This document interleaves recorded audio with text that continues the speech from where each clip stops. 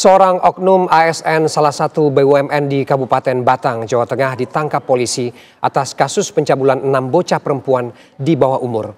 Pelaku yang merupakan tetangga menjalankan aksinya dengan membujuk korban bermain tablet di rumahnya. Peristiwa ini semakin menjadikan anak-anak di bawah umur rentan terhadap kasus kejahatan seksual, khususnya dari orang terdekat.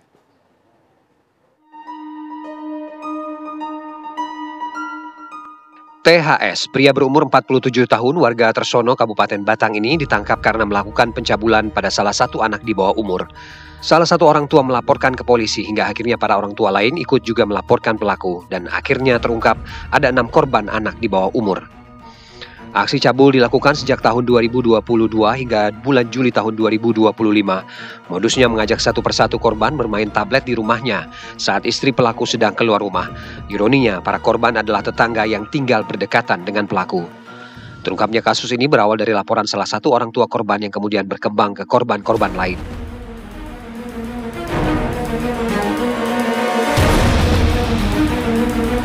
Kami dilaporkan oleh salah satu orang tua anak di bawah umur, di mana kami menerima satu laporan, tapi ternyata seiring berjalannya waktu kami melaksanakan proses penyelidikan, ternyata datang juga orang-orang tua dari korban yang ternyata anaknya juga mengalami hal serupa. Dari si pelaku tersebut memang terkenal akan menyukai anak kecil, tapi ternyata seiring berjalannya waktu mulai dari Juli 2022 hingga per 2025 kemarin, dari 6 korban tersebut mereka diiming-imingi untuk bermain game dan tablet di HP tersangka.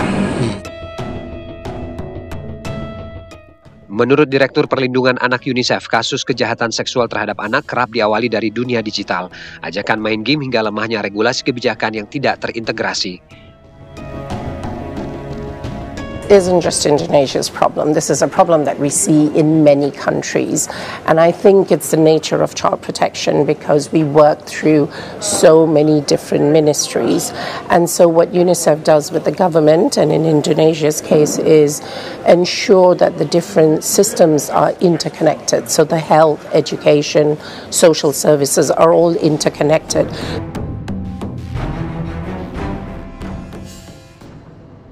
Pada banyak kasus kejahatan seksual pada anak kerap dilakukan oleh orang terdekat. Pencabulan juga didukung oleh akses teknologi sehingga perlu pembatasan dan pengawasan semua pihak.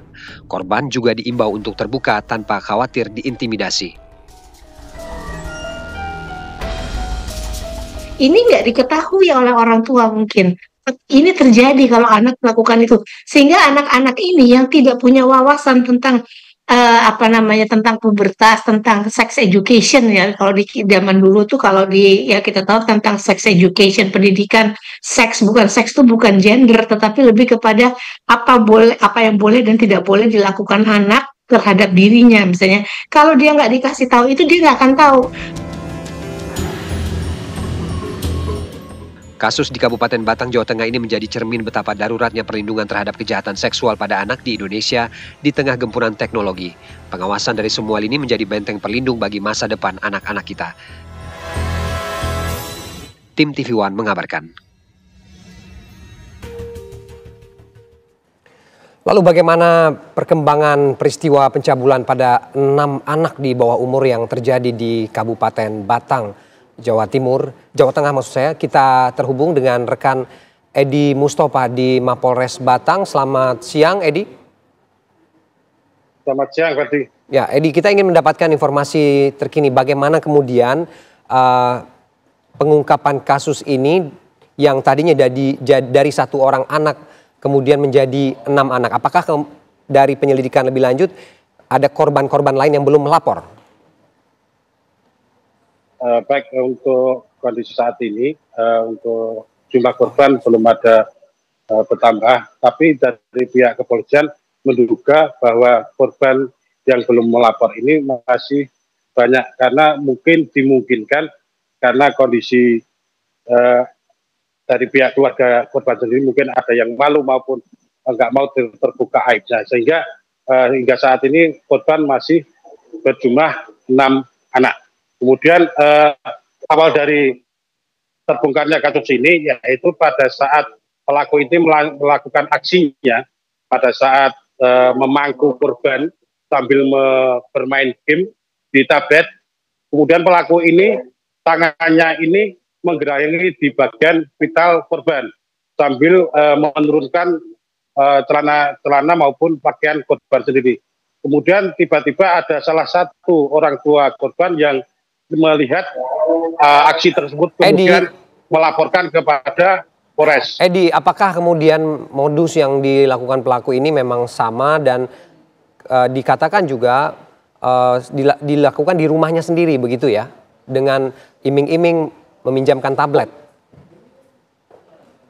Untuk lokasi aksinya sendiri di rumah pelaku, hampir semua korban dilakukan di rumah pelaku sendiri dengan modusnya untuk bermain game dengan syarat korban itu dipangku oleh pelaku sendiri. Oke, bagaimana kemudian selanjutnya? Apa penyelidikan lebih lanjut terhadap peristiwa ini, Edi?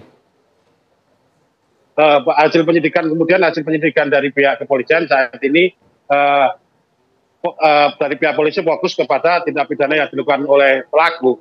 Kemudian dari pihak kepolisian sendiri masih membuka bagi warga yang mengalami korban untuk segera melaporkan kepada pihak kepolisian untuk dilakukan pendataan sekaligus untuk pendampingan trauma healing kepada korban itu sendiri.